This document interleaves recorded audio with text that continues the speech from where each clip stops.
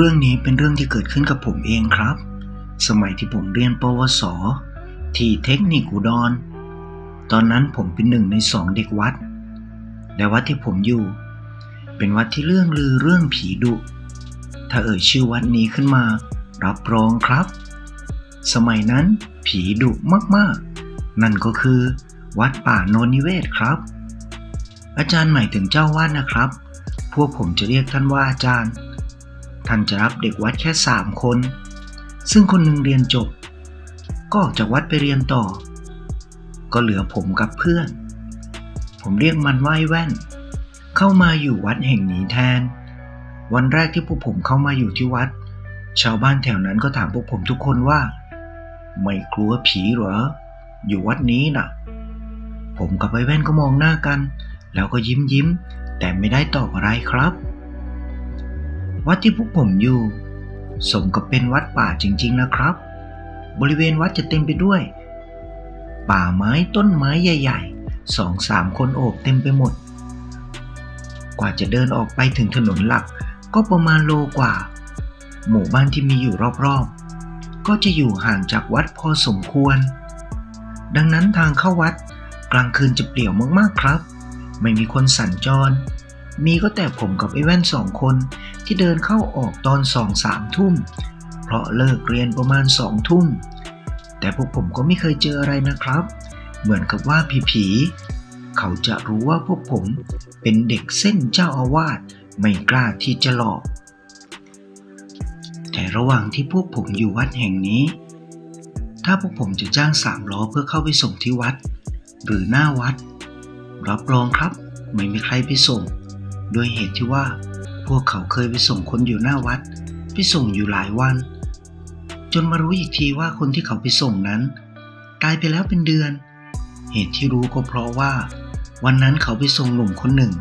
ที่บ้านที่อยู่ตรงข้ามกับกำแพงวัดทางทิศตะวันออกซึ่ง3 ล้อบอกว่าเขามาส่งแล้ว 3-4 วันแต่หนุ่มคนนี้จะลงหน้าวัดตลอดแต่วันนี้เขาให้มาส่งที่บ้านพอเขาลงจากรถ3 ล้อเขาก็ลืมของไว้3 ล้อเลยเรียกคนในบ้านให้ออกมาเอาของปรากฏว่าเป็นหญิงวัยกลางคนคนหนึ่งกับวัยรุ่นชายน่าจะเป็นหลานออกมาและเมื่อแกะกล่องนั้นดูหญิงวัยกลางคนก็ร้องไห้โฮถาม3 ล้อว่าไปเอามาจากไหน3 ล้อบอกว่าเขารับจ้างหนุ่มคนหนึ่งมาส่งที่บ้านนี้หญิงวัยกลางคนให้รอเขาเดินเข้าไปในบ้านนำเอารูปใบหนึ่งอยู่ในกรอบอย่างดีออกมาให้3 ล้อดูเมื่อ3 ล้อดูก็บอกว่าคนนี้แหละ3 ล้อถึงได้รู้ว่าหนุ่มที่ตัวเองมาส่งนั้นไม่ใช่คนแต่เป็นผีเป็นวิญญาณแล้วก็มีหลายคนที่เจอเหตุการณ์แปลกประหลาดในซอยทางเข้าวัดป่าแห่งนี้จนไม่มีใครกล้ามาส่งคนหลังตะวันตกดินแล้วจึงเป็นเหตุให้ผมกับไอ้แว่นต้องได้เดินกันน่องโตเลยเพราะพวกผมเรียนกว่าจะเลิกก็2 ทุ่มแล้วในตอนเช้าผมจะต้องลุกขึ้นต้มน้ำชากาแฟให้อาจารย์เพราะสมัยนั้นกระติกน้ำร้อนไฟฟ้ายังหายากอยู่ดังนั้นหน้าที่ของผมก็คือตี 4จะต้องลุกขึ้นไปที่โรงต้มน้ำซึ่งอยู่ติดกับกำแพงทางเหนือใกล้ๆกับที่ต้มน้ำก็จะมีหนองน้ำที่เป็นเหมือนที่ลุ่มเวลาฝนตกลงมาน้ำจะขังเป็นเหมือนหนองน้ำขนาดประมาณ2 งานและในหนองน้ำแห่งนี้จะมีโลงศพคนจีนที่แกะออกเป็นแผ่นๆเขาจะเอามาแช่น้ำไว้ไม่ให้ปลวกกินส่วนประกอบของโลงที่เขาเอามาแช่น้ำไว้นั้นมีเยอะมากครับผมว่าน่าจะเป็นหลายร้อยแผ่นเลยเพราะหนองน้ำแห่งนี้จะเต็มไปด้วยส่วนประกอบของโลงจีนสีแดงลอยละล่องอยู่เต็มไปหมดเวลาที่ผมมาต้มน้ำผมจะมองเห็นเจ้าหนองน้ำนี้อย่างถนัดเพราะมันอยู่ห่างจากที่ผมไปต้มน้ำแค่ประมาณไม่ถึง10 เมตรและในทุกๆวันผมจะเห็นอาแปะคนหนึ่งหรือ2 คนและ3 คนแล้วแต่วันมาเดินรอบๆบึงน้ำแห่งนี้ทุกวันผมก็นึกว่าเป็นโยมวัดที่เข้ามาเดินออกกำลังกายตอนเช้า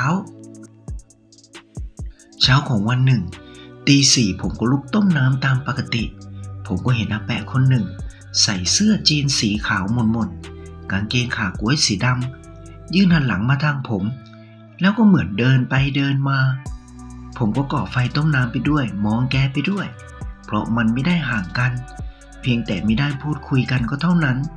แล้วจู่ๆอาแปะคนนี้ก็เดินเหยียบฝาโลงเหล่านั้นเดินลงไปกลางบึงน้ำนั้น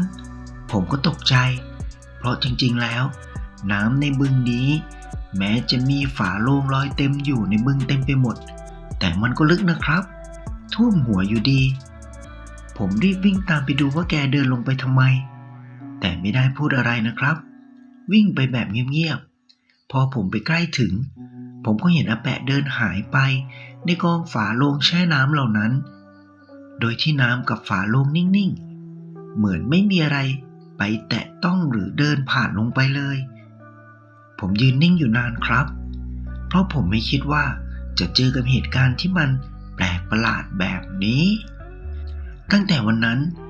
ผมเปลี่ยนเตาไฟหันหน้าไปทางศาลาทันทีเวลาต้มน้ำจะได้มองไม่เห็นบึงแช่ฝาโลงนั้นแล้วผมก็หาตู้ที่ใส่แก้วกาแฟใส่ถ้วยชามเอามาตั้งกั้นทางที่เป็นบึงนั้นไว้เพราะผมไม่อยากมองเห็นมันตอนที่ผมมาต้มน้ำอีกผมเล่าเรื่องที่ผมเจออาแปะในทุกๆวันให้หลวงพี่ให้โยมวัดฟังพวกท่านก็บอกว่าแถวนี้ไม่มีอาแปะหรอกเพราะอยู่ไกลบ้านเรือนคนแก่ๆจะเดินมาไม่ถึงที่ผมเห็นน่าจะเป็นวิญญาณของคนที่ตายมาอยู่กับโลงศพของตัวเองก็อาจจะเป็นได้คลิปหน้าผมจะนำเรื่องเล่าหลอนๆตอนอยู่วัดนี้มาเล่าให้ฟังอีกนะครับให้กำลังใจช่องไทยสารแนฝากกดติดตามช่องด้วยนะครับเจอกันใหม่คลิปหน้าสำหรับวันนี้สวัสดีครับ